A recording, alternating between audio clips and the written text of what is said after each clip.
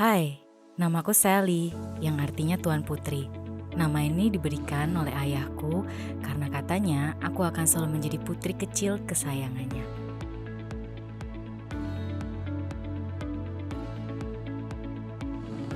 Oh ya, pria di sampingku ini adalah kekasihku.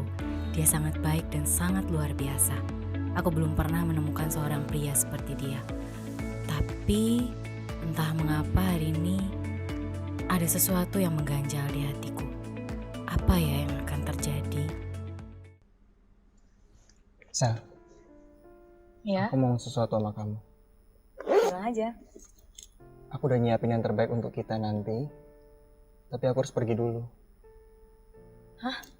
Pergi. Oh, kamu mau pergi kemana? Sel, Kalau kamu pergi kan kita nggak bisa ketemu setiap hari. Terus kalau aku kangen Sel. gimana? Sel, jangan sedih. Aku pergi nggak lama kok. Aku pasti kembali. Kalau kamu kangen, kamu tinggal hubungi aku aja, kapanpun. Meskipun kita jauh, tapi aku ada di hati kamu kan? Jadi kamu jangan takut dan khawatir. Aku pasti kembali buat kamu. Iya, aku belum rela. Tapi kalau misalnya aku hubungin kamu pasti jawab aku kan? Pasti.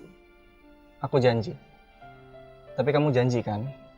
Untuk nunggu aku ketika aku kembali nanti. Iya, aku mau janji. Tapi kamu gak akan lama kan pergi? Sampai semuanya siap, aku akan kembali buat kamu.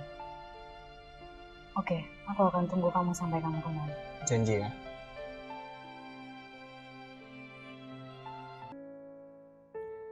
Nggak terasa udah beberapa minggu berlalu. Kami tetap berkomunikasi seperti biasa, walaupun sebenarnya aku tetap merindukan dia. Ya mau gimana lagi, karena aku udah janji dan juga aku sayang dengannya. Aku akan tetap bertahan. Tapi janji itu bukan hal yang mudah buat aku tepati.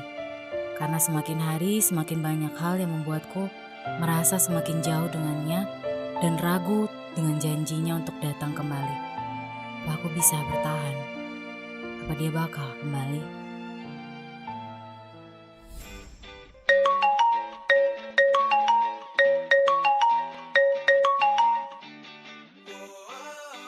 Hai Sel. Hai Sally. Hai. Sel, mall udah pada buka loh. Yuk kita pergi ke mall sekalian cuci-cuci mata. Dan cuci mulut Sel. Di sana ada coklat yang lagi viral loh. Karena di review YouTuber kesayangan aku, Ellie Chance. Di Ellie Chance Channel. Iya Sel, aku juga ikut loh Sel. Daripada di rumah terus nonton drama Korea. Bosen tahu, ayo kita ke mall lihat opa-opa di sana. Kayaknya seru ya. Tapi sebentar lagi jam 5 loh. Bentar, biasanya aku jam 5 tuh teleponan sama dia. Hala, izin aja satu kali. Sesekali nggak nelpon kan nggak apa-apa Sel. Dia pasti ngerti lah. Ya nanti kamu nyesel loh, coklatnya Ellie Chance itu enak pol. Iya masa kamu nggak bosen sih teleponan tiap hari? Kadang-kadang bosen sih. Tapi biasanya kalau habis teleponan aku balik lagi jadi semangat. Terus aku seneng gitu. Nanti aja deh gitu. Kalau kayak gitu aku minta aset aja deh balikin buat aku terus gojekin ya. Yakin, enak makan di sana loh. Di sana juga ada patung yang terkenal itu loh, Ellie Chance. Kapan lagi kita bisa lihat mahakarya yang sungguh indah? Ah, enggak deh. Nanti aja. Kapan-kapan kalau kalian pergi ajak aku deh. Ya udah yuk Beb cus. Udah nanti mall tutup loh, udah jam 5 nih. Oke deh kalau gitu. Gesti aku jemput duluan ya, Astrid siap-siap. Dandan yang cantik. Yuk kita pergi. Sally selamat teleponan sama si Doi. Bye Sally. Bye girls. Bye.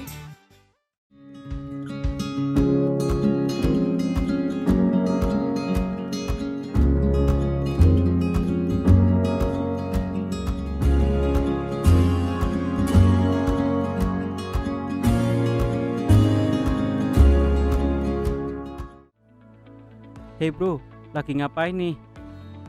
Nih, lagi ngatur strategi buat Sally. Ngatur strategi buat Sally? Emang ada apa sama Sally bro? Oh ya, Ray, kamu kenal kan sama Sally? Ya kenal lah. Siapa sih yang nggak kenal sama si Sally, bro? Udah cantik, jujur, baik hati. Pokoknya pesonanya itu loh bro. Kalau dia jadi bunga, aku mau deh bro jadi lebahnya yang kayak gini. Nying, tuk gitu bro. Ya, kalau gitu mah aku juga kenal sama Sally. Cuma Sally-nya kan gak kenal sama aku tuh. Oh iya, Reh, kamu kan punya temen. Paling super lagi. Kenalin dong aku sama Sally. Biar aku bisa deket sama dia. Boleh sih. Emang aku apa sih yang nggak bisa? Tapi nggak ada yang gratis ya bro. Beres. Oke, kalau gitu kita terus strategi ya bro. Fighting bro. Yoi, dadah. Bye. Sudah beberapa bulan berlalu dan ternyata aku masih bisa bertahan dalam hubungan ini. Aku berusaha menepati janjiku untuk setia dan menunggu kedatangannya lagi. Hingga suatu hari,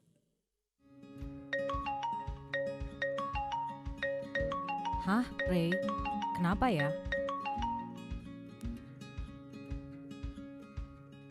Halo Sally, masih ingat aku kan? Iya, kamu Ray kan? Tunggu. Ini kameraku yang salah atau kayak gimana? Kok kamu sekarang jadi beda sih? Kok jadi subur gini? Alah, kamu pasti lihat aku tambah ganteng kan? Meskipun cabai gini, aku ini ngangenin loh. Kamu pasti sekarang terpesona pada pandangan pertama. Ray, jangan kepedean gitu deh. Aku ini udah punya kekasih hati yang mempesona. Enggak kayak kamu, Ray, yang suka TP-TP kayak gitu. Walaupun aku suka TP-TP sana sini, tapi aku setia loh. Ngomong-ngomong, pacarmu tuh emangnya pergi kemana sih sekarang? Yakin dia bakal balik lagi sama kamu? Nggak kelamaan gitu? Mau sampai kapan kamu mau nunggu? Nanti keburu expired loh. Ih, tolak. Kok expired sih? Aku ini udah sold out tahu. Lagian kenapa kamu kepo kayak gitu sih? Dan kita juga sama-sama udah janji tahu. Dan aku mau komitmen sama janjiku itu. Ya terserah deh. Tapi gini. Aku punya opsi nih. Gimana kalau kamu sambil nunggu dia gitu kan? Aku kenalin kamu sama seseorang. Dia orangnya asik, jago main game. Kayak yang di drama-drama Cina itu loh. Pernah nonton kan? Gak kalah ganteng kok dia sama yang di drama Cina itu. Ya udah temenan aja ya. Tapi jangan lebih dari temen loh. Ya nggak apa-apa, oke. Aku sambungin ke dia ya. Oke.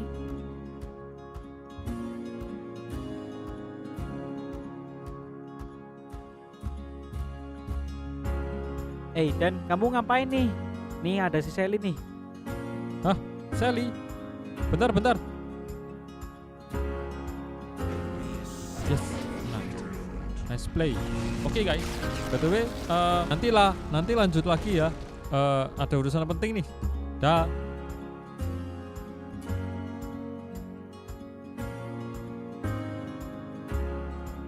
Dan kenalin nih, temanku namanya Sally.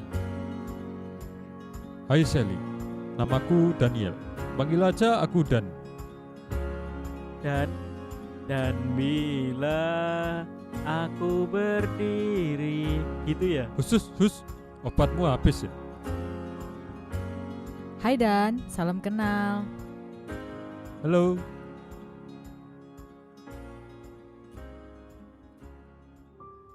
sejak saat itu Daniel menjadi teman yang selalu mengisi hari-hariku.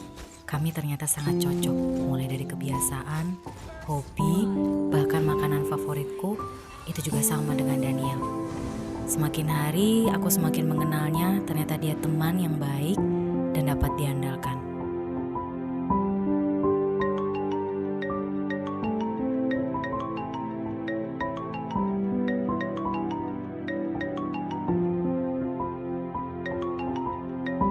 Karena Daniel, hatiku mulai bimbang. Waktuku untuk berkomunikasi dengan kekasihku berkurang. Hatiku kembali bertanya, apakah aku masih harus bertahan? Apakah aku harus berkomitmen pada janjiku dengannya? Oke, shalom. Ya, teman-teman semuanya, bagaimana? Tadi sudah menyaksikan ya part 1 ya dari video pendek yang berjudul Pemenang Hatiku ya. Nah, buat teman-teman semuanya kira-kira Sally akan memilih siapa ya?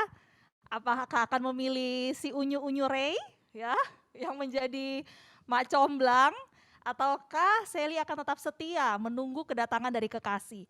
Nah, hari ini ya mungkin tadi kalian menyaksikan film ini siapa yang waduh jadi ingat pacar ya, atau jadi pengen punya pacar gitu ya, atau jadi teringat dengan seseorang ya. Nah, hari ini kita akan belajar tentang satu tema yaitu judulnya itu Commitment After Promise ya. Jadi mengenai komitmen. Ketika berbicara tentang janji, tentang komitmen, untuk mengatakan sebuah janji itu sangat mudah gitu ya. Misalnya kalau yang lagi punya pasangan, lagi pendekatan, kita mudah berkata, wah aku sayang kamu, aku cinta kamu. Tetapi sebuah hubungan yang benar ya, hubungan yang luar biasa itu bukan hanya mengandung yang namanya janji, tetapi mengandung yang namanya komitmen. Nah, untuk sebuah komitmen ya, kita harus belajar bahwa seringkali hubungan itu gagal, hubungan itu berhenti di tengah jalan, hubungan itu tidak mencapai sebuah tujuan karena hubungan tersebut tidak memiliki komitmen. Bukan karena hubungan tersebut tidak ada yang namanya janji, tetapi hubungan tersebut tidak ada yang namanya komitmen, tidak kuat memegang yang namanya komitmen. Nah, untuk memiliki hubungan yang bertumbuh bukan hanya kepada Tuhan, tetapi kepada sesama, kepada mungkin pasangan kita perlu belajar apa sih komitmen itu. Mengapa komitmen begitu penting di dalam yang namanya sebuah hubungan. Bahkan ketika kita melihat bagaimana Kristus, Tuhan, dia adalah Tuhan yang memegang komitmen. Dia memegang perjanjiannya. Dia bukan hanya sekedar berjanji, dia bukan hanya sekedar berkata-kata, mengucapkan sebuah kata-kata yang menenangkan hati ya, membuat kita merasa dikasihi, disayangi. Tetapi Tuhan adalah Tuhan yang memegang perjanjiannya. Dia adalah Tuhan yang memegang komitmennya. Kalau kita lihat dari kitab Kejadian bagaimana manusia itu diciptakan segambar dan serupa dengan Tuhan. Ya, hanya manusia yang diciptakan segambar dan serupa dengan Tuhan. Kalau di bumi ini banyak yang namanya keindahan alam. Bahkan ada satu negara ya, saya pernah baca itu ada sebuah fenomena yang sangat cantik sekali, sangat indah sekali di langit. Orang berbondong-bondong datang ke negara itu cuman untuk menantikan fenomena yang ada di langit ya. Jadi langitnya itu bisa berwarna-warni gitu ya, cantik sekali. Dan itu tidak selalu ada, jadi ada waktu-waktunya. Banyak orang menghabiskan ya uang, menghabiskan waktu, menginvestasikan uang, waktu ya untuk melihat yang namanya keindahan dari ciptaan Tuhan.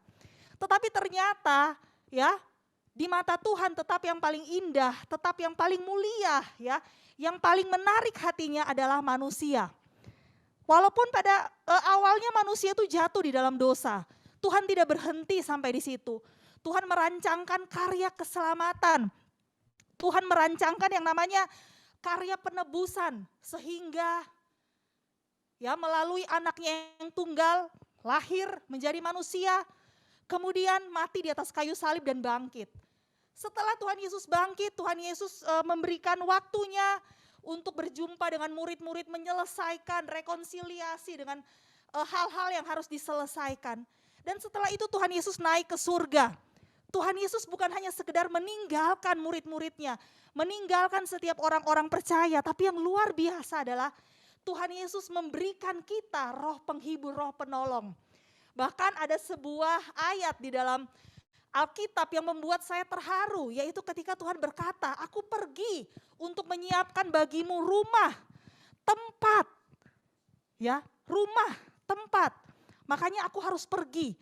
Ayat ini seringkali dipakai di ibadah-ibadah penghiburan, kedukaan. Tetapi ketika saya melihat ayat ini saya begitu terharu. Dia adalah Tuhan, dia adalah Bapa yang mempersiapkan segala sesuatu untuk kita orang-orang yang dikasihinya, untuk kita orang-orang yang dicintainya. Tuhan Yesus bukan cuma sekedar pergi, naik ke surga nanti aku jemput ya, tunggu. Enggak. Tuhan Yesus menyediakan semua yang kita perlukan, yang kita butuhkan selama kita menanti kedatangannya kembali. Dia pergi, dia naik ke surga sehingga Roh Kudus turun. Selain itu, Tuhan Yesus juga pergi naik ke surga untuk menyediakan tempat buat setiap kita. Kita lihat bagaimana komitmen Tuhan Yesus untuk merekonsiliasi hubungan dengan manusia. Bukan hanya itu, dia berkomitmen bagaimana dia merindukan supaya manusia itu benar-benar menjadi milik seutuhnya. Kalau kita lihat ya, bagaimana Tuhan itu bukan hanya sekedar merindukan kita untuk diselamatkan, tetapi Tuhan di dalam Roma berkata bahwa baik hidup maupun mati, kita adalah milik Kristus. Baik hidup ataupun mati, Tuhan merindukan setiap kita itu menjadi milik Tuhan. Bahkan di dalam Korintus dikatakan ya bahwa Tuhan menginginkan kita dengan menginginkan kita dengan cemburu. Artinya apa? Tuhan menginginkan, merindukan kita begitu sangat. Sehingga ketika kita lahir baru, ketika kita mengenal Kristus, kita harus menyadari sebagai orang percaya bahwa ada satu panggilan kita sebagai orang percaya, yaitu kita dipanggil untuk menjadi mempelai Kristus. Kalau tadi kita menyaksikan video pendek, ya bagaimana Sally harus menantikan kedatangan dari kekasih. Kekasih yang diperankan oleh saudara Frankie, kekasih berkata bahwa aku akan kembali setelah semuanya selesai. Maukah kau berjanji untuk tetap setia? Sally kemudian memberikan kelingkingnya dan kemudian mereka berjanji. Kemudian kekasih pergi. Ternyata tidak semudah itu karena di masa-masa penantian, masa-masa di mana Sally menunggu kapan kekasih itu datang. Yang biasanya kekasih itu ada bersama dengan Sally, menemani Sally. Hari-hari itu Sally sendirian. Sally merasa kesepian. Ada yang berbeda dari biasanya.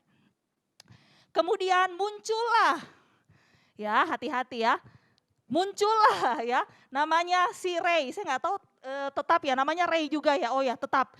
Ya Ray ini adalah mak comblang tapi kurang baik ya. Dia tahu bahwa Sally ini punya pacar, punya kekasih. Tetapi bagi dia sebelum janur kuning melengkung, sikat habis gitu ya. Pepet terus, nggak peduli. Selama undangan belum disebar, masih ada kesempatan. Akhirnya Ray memberikan saran kepada si Dan ya, seorang gamer. Akhirnya si Dan mulai mendekati Sally. Sally mulai melupakan janjinya, komitmennya. Dia mulai melupakan bahwa dia punya perjanjian dengan kekasih. Dia mulai sibuk, dia mulai terpesona, terlena, menghabiskan waktu-waktunya dengan yang namanya Dan. Dari video yang sudah kalian lihat, walaupun masih 3/4 ya, belum seluruhnya. Dari video ini kita belajar. Kita, ya Sally adalah gambaran dari kita sebagai orang percaya. Ketika kita lahir baru, kita punya janji sama Tuhan. Kita mengikat perjanjian dengan Tuhan. Ketika kita lahir baru, ketika kita menerima Yesus sebagai Tuhan dan Juru Selamat, itu artinya kita diikat dengan Tuhan, disatukan dengan Tuhan. Bukan hanya sekedar kita menunggu antrian pergi ke surga, tetapi Tuhan mengikat perjanjian dengan kita. Tuhan merindukan supaya kita menjadi miliknya seutuhnya. Dan kehidupan Sally adalah gambaran dari kehidupan orang percaya. Seringkali kita lupa dengan janji kita sama Tuhan. Kita lupa bahwa kita punya komitmen kepada Tuhan. Karena banyak hal yang mungkin menggantikan posisi, ya, menggantikan kehadiran dari kekasih, yaitu Kristus di dalam hidup kita. Nah, kita lihat di 2 Korintus 11 ayat yang kedua.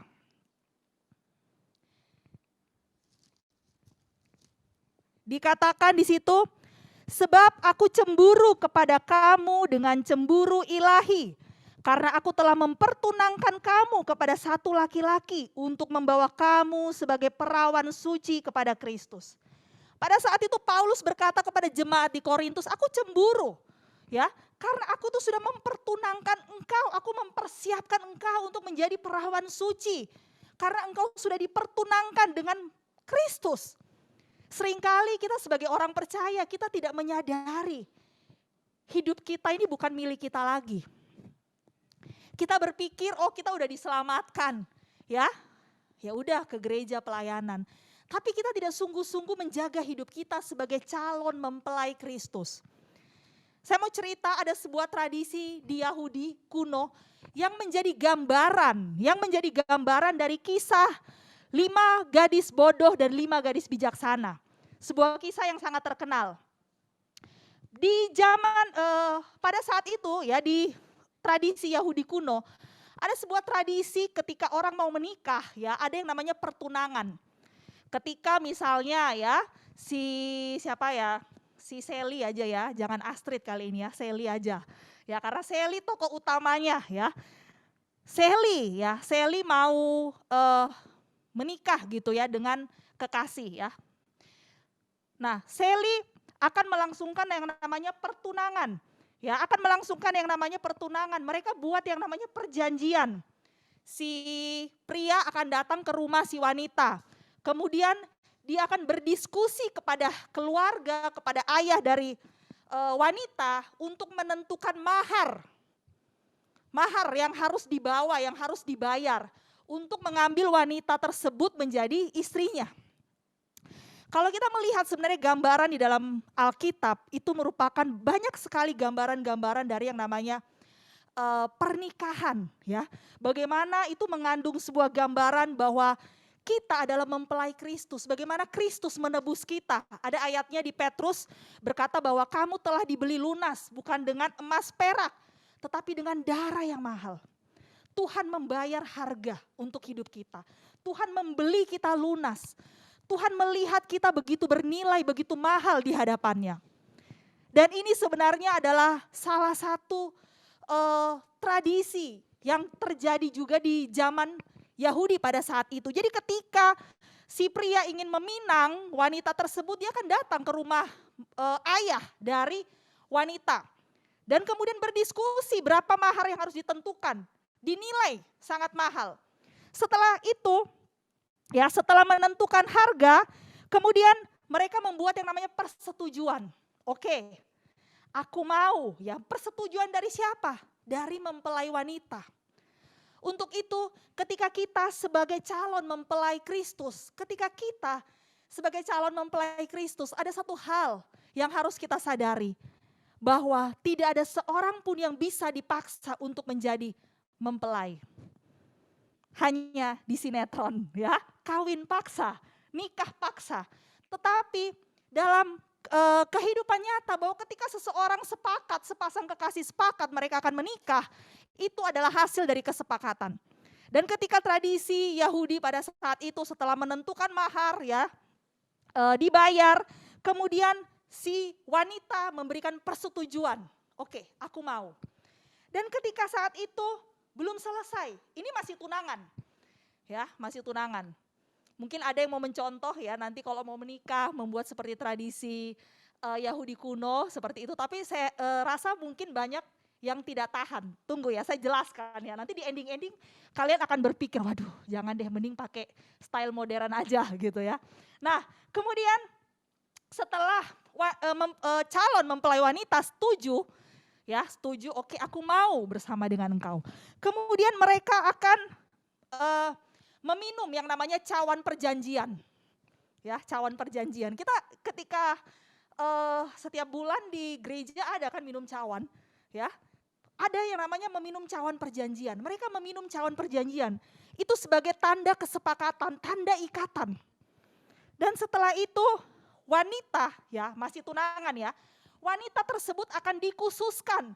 Wanita tersebut akhirnya setelah dikhususkan, wanita tersebut mempersiapkan diri untuk menjadi mempelai. Ya tentunya kalau kita menjadi calon mempelai, hidupnya nggak boleh sembarang ya, nggak boleh lagi lirik-lirik cowok sana sini, TP sana TP sini, dia menjaga hidupnya. Wanita tersebut dikhususkan, dipersiapkan untuk hari pernikahan. Ya, kemudian setelah itu apakah mereka langsung menikah? Belum. Setelah itu apa yang dilakukan oleh pria dan wanita tersebut? pria tersebut akan kembali ke rumah ayahnya untuk mempersiapkan hari pernikahan. Jadi misalnya buat kamar gitu ya, untuk mempersiapkan kamar pengantin, dia akan mempersiapkan semua keperluan pernikahan. Dan yang luar biasanya ya adalah bahwa seringkali pria tersebut bisa pergi selama 12 bulan tanpa kabar. Apakah ada di sini yang ingin meniru ya tradisi Yahudi kuno? Ya, pria tersebut akan pergi 12 bulan tanpa kabar untuk mempersiapkan. Ketika pria tersebut pergi, mereka sudah diikat dalam sebuah perjanjian. Mereka minum cawan perjanjian. Dan pada saat itu wanita tersebut sudah dikhususkan, dipersiapkan. Wanita tersebut sudah mempersiapkan mungkin baju pengantinnya, dia sudah mulai menghitung hari, ya kalendernya dicoretin. Hari pertama, hari kedua, hari ketiga, ya. Sampai wanita tersebut mungkin sudah capek mencoret-coret kalender dan ya sudah deh aku pasrah. Karena apa? Karena wanita, calon mempelai wanita tidak tahu kapan mempelai pria itu akan datang. Seperti kisah di 5 gadis bodoh dan 5 gadis bijaksana. Sehingga ketika kedatangan mempelai pria itu akan ditandai dengan apa? Bunyi, ya bunyi yang ramai gitu ya. Artinya mempelai pria itu datang. Dan pada saat itu calon mempelai wanita harus siap sedia. Ini adalah gambaran dari kita sebagai mempelai Kristus dan Kristus sendiri. Bagaimana Tuhan rindu setiap kita mempersiapkan diri kita. Bagaimana Tuhan rindu setiap kita menanti kedatangan Tuhan. Setia dengan setiap komitmen yang kita pernah buat sama Tuhan. Mungkin ada di sini yang pernah buat komitmen sama Tuhan. Tuhan, aku mau melayani Engkau. Tuhan, aku janji. Aku mau tinggalkan dosa-dosa aku. Tuhan, aku janji. Aku mau melepaskan A, B, C, D. Ingat, salah satu kunci kehidupan yang diubahkan oleh Tuhan adalah ketika kita menyadari bahwa hidup kita bukanlah milik kita lagi. Seseorang yang tidak pernah menyadari hal ini, dia tidak akan pernah bisa masuk dalam fase dipersiapkan untuk menjadi mempelai Kristus. Karena ketika kita dipersiapkan menjadi calon mempelai Kristus, ada fase di mana calon mempelai wanita tersebut menyadari hidupnya sudah dikhususkan, dipersiapkan untuk menantikan untuk hari H, ya, hari pernikahan nanti. Walaupun dia tidak tahu kapan hari itu.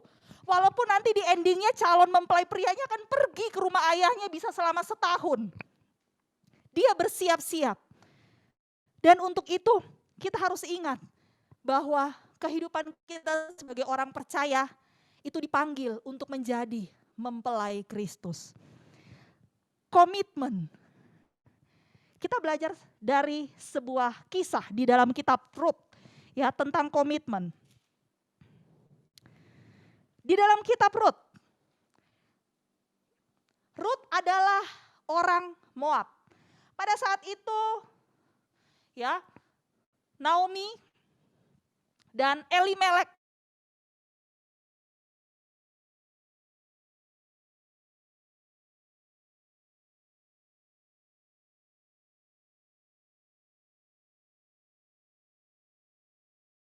bahan pangan, hidup mereka bisa lebih baik.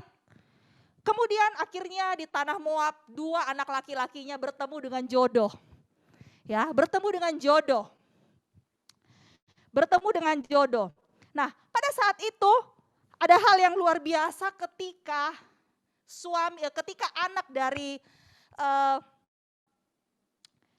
dari Naomi ini, ya, anak dari Naomi ini meninggal, ya, termasuk dari suami dari Rut. Pada saat itu Rut memberikan mereka kebebasan, menyuruh mereka untuk kembali, ya, karena pada saat itu hidup sebagai janda di negeri tersebut itu tidak baik masa depannya. Tapi satu hal kita belajar, apa itu komitmen? Komitmen bukan hanya sekedar perkataan, komitmen bukan hanya sekedar janji yang diucapkan. Kita lihat apa itu komitmen. Dan kenapa seringkali kita sebagai anak-anak Tuhan, seringkali kita gagal di dalam yang namanya komitmen. Kita lihat di dalam Rut 1 ayat 14. Menangis pula mereka dengan suara keras. Lalu Orpa mencium mertuanya itu, minta diri. Ya, Orpa ini adalah sesama ipar ya dengan Rut, tetapi Rut tetap berpaut padanya. Kunci dalam komitmen adalah hati yang berpaut. Dalam terjemahan lainnya adalah hati yang melekat. Hati yang berpaut. Bagaimana keadaan hati kita sama Tuhan? Itu menentukan perjalanan kita. Apakah hati kita berpaut gak sih sama Tuhan? Hati kita melekat gak sih sama Tuhan? Ketika berbicara melekat, saya ingat sebuah kisah di dalam Yohanes 15. Yaitu kisah tentang pokok anggur. Dikatakan bahwa ranting itu harus keranting itu melekat kepada pokok anggur. Di sini berbicara itu bukan ranting palsu. Kalau ranting palsu itu bisa diisolasi, ya diakalin supaya terlihat melekat. Tetapi di sini berkata bahwa ranting dan pokok anggur itu menyatu menjadi satu. Kunci komitmen adalah hati yang berpaut. Mari kita cek hati kita. Apakah hati kita berpaut sama Tuhan? Ataukah hati kita berpaut kepada pelayanan? Hati kita berpaut kepada dunia? Hati kita berpaut kepada uang, kepada semua hal-hal selain Tuhan di dalam hidup kita? Siapa yang menyatu dengan hati kita? Siapa yang apa yang membuat hati kita terikat? Ya, apakah dunia? Apakah pasangan kita? Apakah hal-hal kenikmatan dunia yang lainnya? Kita harus belajar cek hal tersebut. Hati yang berpaut. Ada sebuah ayat di dalam 1 Korintus 6 ayat 17, kita lihat. 1 Korintus 6 ayat 17. Oke. Dikatakan, tetapi siapa yang mengikatkan dirinya kepada Tuhan menjadi satu roh di dalam dia. Kalau kita rindu, hati kita berpaut kepada Tuhan, kita harus belajar untuk mengikatkan hidup kita menjadi satu dengan Tuhan. Kita bisa pelayanan, kita bisa melakukan banyak aktivitas, tapi belum tentu hati kita tuh benar-benar berpaut sama Tuhan. Hati yang berpaut artinya menjadi satu dengan Tuhan. Menjadi satu kerinduan dengan Tuhan. Menjadi satu mimpi dengan Tuhan. Kalau Tuhan berkata kamu harus melepaskan pacarmu karena dia nggak benar, kamu harus melepaskan A, B, C, apakah kita bersedia? Hati yang berpaut itu artinya apa? Tidak dapat terpisahkan. Seperti pokok anggur dan ranting yang asli itu tidak dapat terpisahkan. Hanya bisa dipisahkan kalau dipatahkan, kalau diputuskan dengan benda tajam. Karena apa? Ranting dan pokok anggur itu bertumbuh menjadi satu.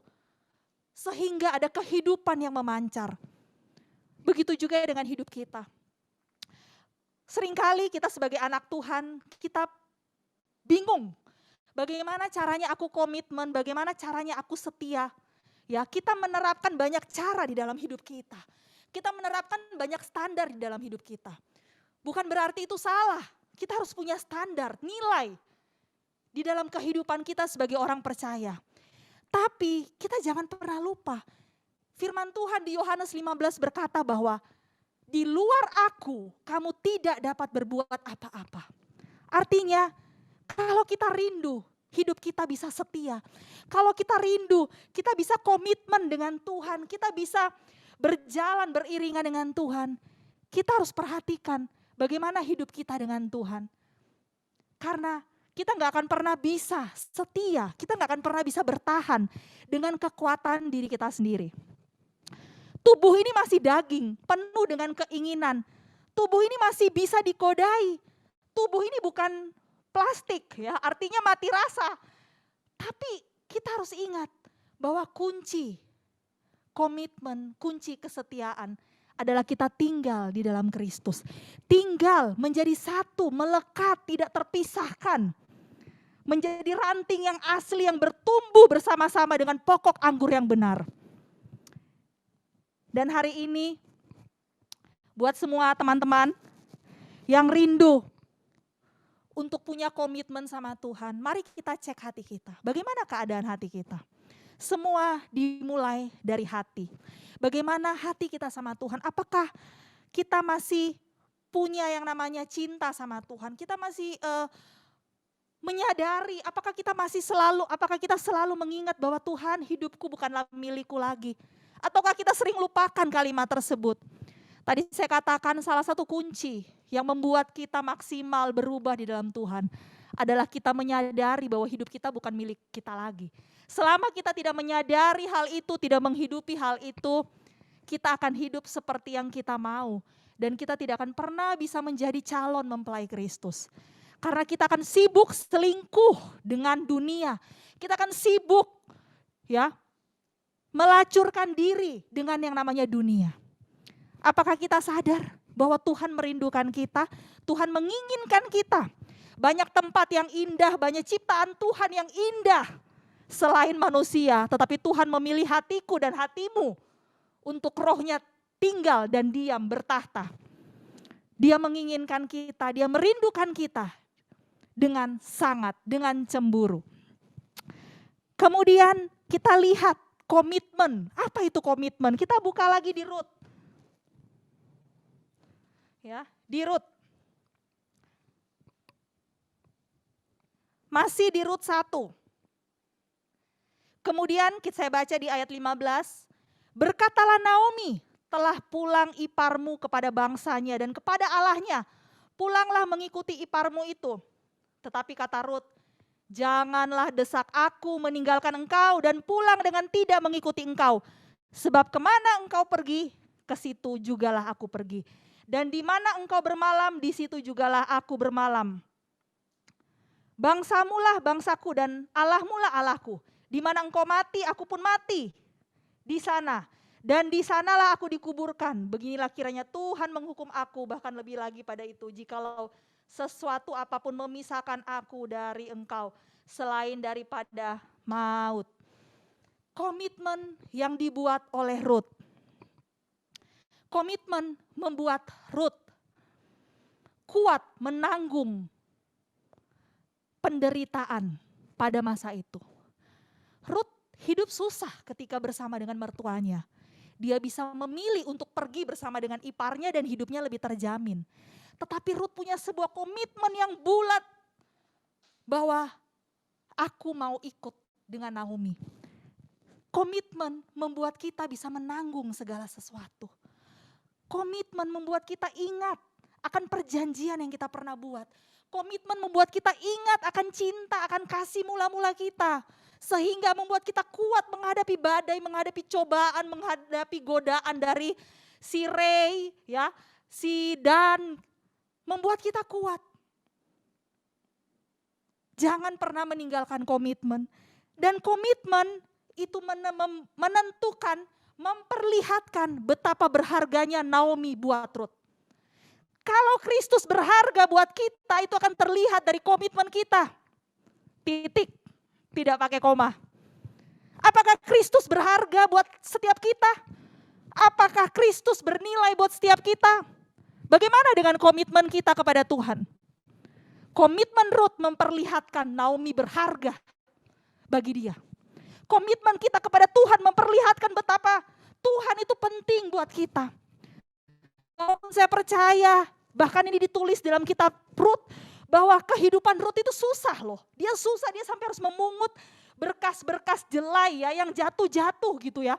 Dia harus memungut sisa-sisa dari petani-petani yang lain. Tetapi karena komitmennya dia kuat menanggung segala sesuatu. Dan dari komitmennya kita melihat bahwa dia memandang mertuanya Naomi berharga. Apakah Kristus berharga buat kita?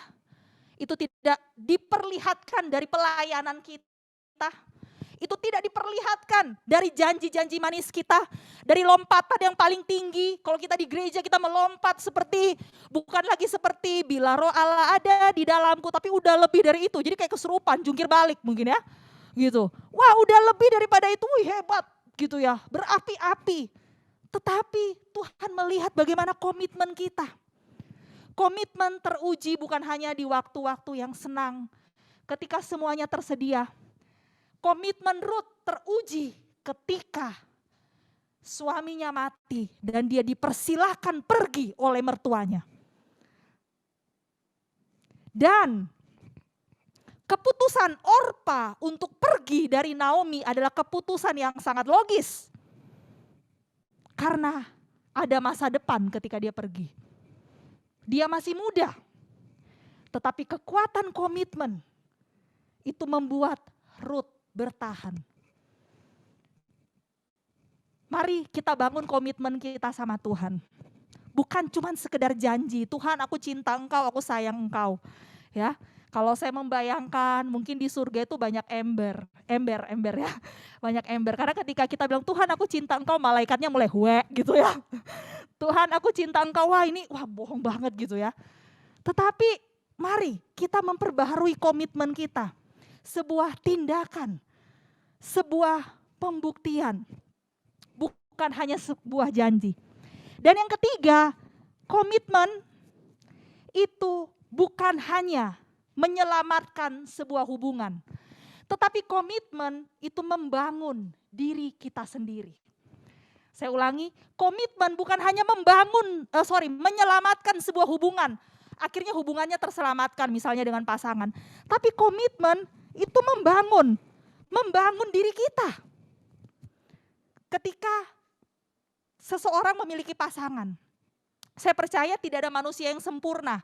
Karena kita berproses di dalam menuju kesempurnaan. Tetapi itu bukan menjadi alasan kita untuk berbuat dosa. Nah, saya percaya ketika pasangan suami istri ya, mereka pun berusaha untuk semakin hari untuk memperbaiki diri. Apa yang tidak baik, apa yang mungkin tidak nyaman buat pasangan mereka. Mereka belajar untuk menyesuaikan, untuk menerima apa yang perlu dikompromi, apa yang perlu diubah, apa yang perlu diterima. Itulah komitmen. Komitmen bukan berarti emang gue pikirin. Ya, komitmen bukan hanya menyelamatkan sebuah hubungan, tetapi komitmen membangun diri kita sendiri. Komitmen itu baik buat diri kita sendiri. Orang yang tidak pernah tahu komitmen tidak akan pernah tahu arti dari sebuah hubungan. Tidak akan pernah tahu arti, nilai, berharganya dari sebuah hubungan. Cinta tanpa komitmen adalah cinta yang murahan.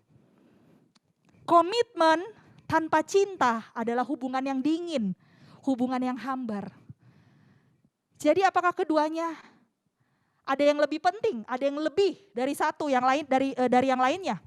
Tidak, kedua-duanya penting. Di dalam Tuhan, Tuhan rindu kasih kita bertumbuh.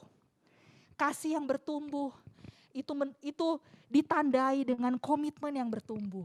Karena kasih yang benar, cinta yang benar, di dalamnya ada komitmen. Kalau kita saat ini ya, mungkin yang single atau yang sedang menjalin hubungan, mari kita belajar untuk punya komitmen yang benar sama Tuhan, berkomitmen. Karena saya percaya orang yang berkomitmen sama Tuhan pasti berkomitmen dengan pasangannya. Ya, kalau kita lihat misalnya ada ya karena saya wanita ya, jadi saya memakai contoh pria gitu ya. Pria gitu berkata, oh I love you, I love you gitu misalnya ya. Seperti itu. Kemudian tapi hidupnya sama Tuhan, aduh gitu ya. Jangan percaya, jangan percaya. Tidak ada seorang manusia pun yang bisa mencintai orang lain sebelum dia mengenal kasih yang besar. Cinta yang benar, sumber dari cinta itu sendiri. Dan yang terakhir, kalau saya simpulkan dari komitmen yang dibuat oleh Ruth di dalam 1 Ruth ayat Ruth 1 ya, ayat 16 sampai 17. Ada 2 hal, yaitu komitmen membuat Ruth bersedia untuk taat. Kemanapun mertuaku engkau pergi, aku akan ikut. Kemanapun engkau bermalam, aku akan bermalam bersamamu. Yang kedua, komitmen membuat Ruth bersedia berubah. Apakah kita rindu punya komitmen, punya hubungan yang bertumbuh di dalam Tuhan? Itu tidak mungkin kalau kita tidak mau berubah. Karena komitmen mengandung perubahan. Komitmen membawa kita untuk berubah, disempurnakan. Pada saat itu, Rut ini adalah bangsa Moab. Moab itu adalah hasil dari Lot dan anaknya ya, hasil persetubuhan antara Lot dan anaknya. Dan ini adalah bangsa yang sangat dibenci oleh Tuhan, musuh bebuyutannya Israel. Rut ini lahir dari bangsa Moab, tapi karena komitmen, karena kesetiaannya, dia menerima upah dari Tuhan. Kisahnya dicatat dan menjadi sebuah cerita yang masih terus kita baca, kita pelajari sampai hari ini. Jadi 2 hal, komitmen itu artinya bersedia untuk berubah. Rut berubah. Dia berkata kepada Naomi, Allahmulah Allahku ya, bangsamulah bangsaku. Dia dari seorang bangsa Moab, dia mendeklarasikan kepada mertuanya, bangsamulah bangsamu, Allahmulah Allahku. Ada keputusan untuk berubah. Dia rindu untuk berubah. Dari seorang warga Moab ya, keturunan Moab, di situ dia mendeklarasikan imannya. Dia memilih Yahweh, dia memilih Tuhan dari Naomi sebagai Tuhannya. Dan kemudian di situ dia berkomitmennya kepada Rut mengandung arti bahwa dia bersedia untuk taat. Komitmen kita sama Tuhan haruslah mengandung 2 hal ini. Apakah kita bersedia untuk semakin hari semakin berubah? Disempurnakan di dalam Tuhan, diubahkan di dalam Tuhan. Kita masih punya dosa, kita punya ikatan, kita punya hal-hal yang menjijikan di hadapan Tuhan. Apakah kita mau untuk melepaskan semuanya itu? Kalau enggak, kita belum sungguh-sungguh berkomitmen sama Tuhan. Kalau di dalam Alkitab di Perjanjian Lama, kalau enggak salah di Esra, itu dalam bahasa lainnya, bahasa Inggrisnya dikatakan orang yang bersungguh hati, berketetapan. Yang sangat berketetapan, bersungguh hati, sungguh-sungguh. Kalian pasti pernah jatuh cinta. Orang yang jatuh cinta itu bersungguh hati. Hujan diterabas, ya, lapar tetap senyum. Ya, awal-awal pacaran, waktu masih PDKT, pas udah ini ya kalau lapar ya mukanya mengkerut juga lah ya, masih manusia, bukan manusia plastik ya. Masih ada perasaan gitu ya, kesel. Ya, orang yang jatuh cinta itu bersedia ya, mau ya. Walaupun mungkin dia nggak mau, dia nggak suka misalnya makan sesuatu, tetapi karena si gebetannya suka makan misalnya ya makan lele misalnya, si cowok ini nggak mau, ih apa itu lele berkumis jelek lagi misalnya gitu ya, ih aku takut itu dari God biasanya kan, seperti itu kan banyak yang diparit gitu kan ya. Tapi karena si ceweknya sukanya makan lele gitu ya, ya si cowoknya belajar, walaupun waktu itu sudah agak mual-mual gitu ya, dicubit-cubit dikit diambil, oh enak ya tapi buat kamu aja supaya kamu sehat, kamu kenyang, padahal sebenarnya dia gak suka gitu ya. Ada pengorbanan, kalau untuk manusia aja ya, ada begitu banyak warna-warna sikap yang akan terpancar ketika kita suka, kita mau berkomitmen. Bagaimana kita dengan Tuhan? Apakah kita mau untuk berubah? Apakah kita rindu untuk taat? Hidup di dunia ini pasti tidak mudah, banyak godaan. Tetapi mari kita ingat, kita harus menyatukan diri kita dengan Tuhan. Barang siapa menjadi satu dengan Tuhan, dia menjadi satu roh, itu kata firman Tuhan. Apakah Tuhan mendapat tempat yang utama di dalam hidup kita? Apakah kita berusaha memprioritaskan Tuhan? Kita mengusahakan Tuhan, kita mengingat Tuhan, kita mengingat bahwa hidupku bukanlah milikku lagi. Saya percaya kalau kita melakukan itu, kita ada di jalan yang benar, kita punya sikap yang benar untuk menjadi orang-orang yang berkomitmen.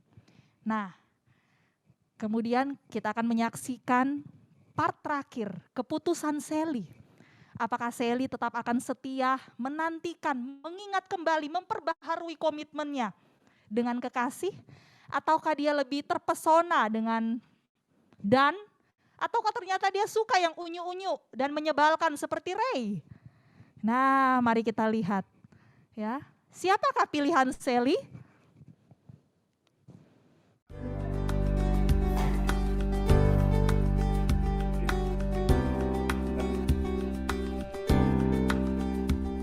Halo? Oh iya. Iya Pak. Oke, iya, baik. Saya siap. Iya, kapan saya bisa dimulai ya Pak? Saya bisa diterima. Oh iya. Oke, baik. Iya Pak, terima kasih atas kesempatan yang diberikan buat saya. Ya, siap Pak. Oke, terima kasih Pak.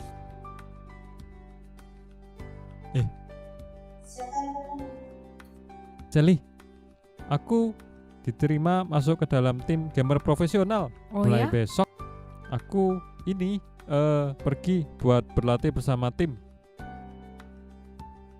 Oh, gila keren. Selamat ya Dan, aku senang kamu udah mencapai apa yang kamu impikan selama ini.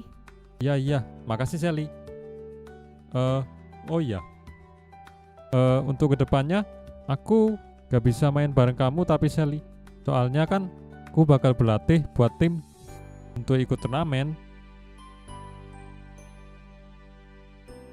Iya, nggak apa-apa. Tapi kalau misalnya ada waktu main bareng lagi ya. Iya, pasti kok. Aku dan Daniel hanyalah tinggal cerita. Dia sudah mulai sibuk mengejar mimpinya, dan kami bahkan sudah kehilangan kontak satu sama lain.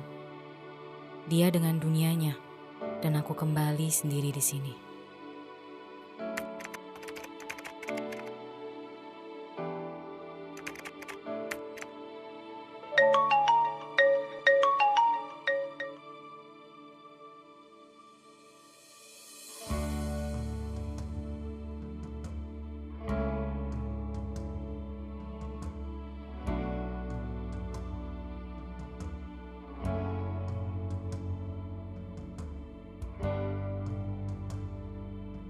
Halo? Sorry aku ganggu.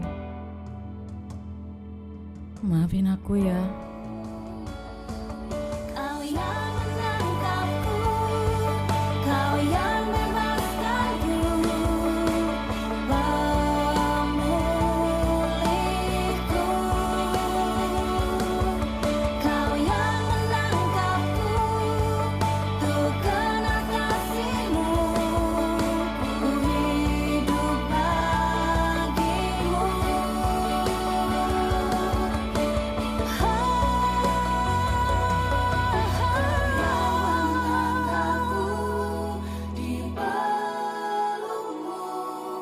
Ajarku mengenalmu, pribadi yang ku rindu. Kau yang pulihkanku dengan roh-Mu, jadikan hidup baru. Kaulah pemenangku. Oke, ya, kita sudah melihat ending dari kisah tersebut. Akhirnya Sally memilih kekasih ya. Walaupun dengan penuh penyesalan, dia menyesal ya karena sudah mengabaikan panggilan dari kekasih. Karena dia sibuk menghabiskan waktu-waktunya dengan Dan. Pada akhirnya Sally menyadari bahwa Dan pergi. Yang setia hanyalah kekasih. Seringkali kita seperti Sally, kita berpikir hal-hal di luar Tuhan itu bisa menggantikan posisi Tuhan dalam hidup kita. Tapi akhirnya satu titik kita menyadari bahwa semuanya itu akan hilang, semuanya itu bisa berubah, semuanya itu bisa pergi. Tetapi yang setia hanyalah Tuhan. Sebagai orang-orang pribadi yang diinginkan Tuhan, dirindukan Tuhan, dikejar oleh Tuhan. Tuhan rindu memiliki setiap kita. Ada ujian yang harus kita lewati, seperti yang dialami oleh Sally, yaitu ujian waktu. Ada ujian kesetiaan di dalamnya. Teman-teman, malam hari ini, maukah kita berjanji seperti Ruth? Kemanapun Tuhan Engkau membawaku, aku mau ikut. Aku mau melepaskan semua cara-cara hidupku yang lama.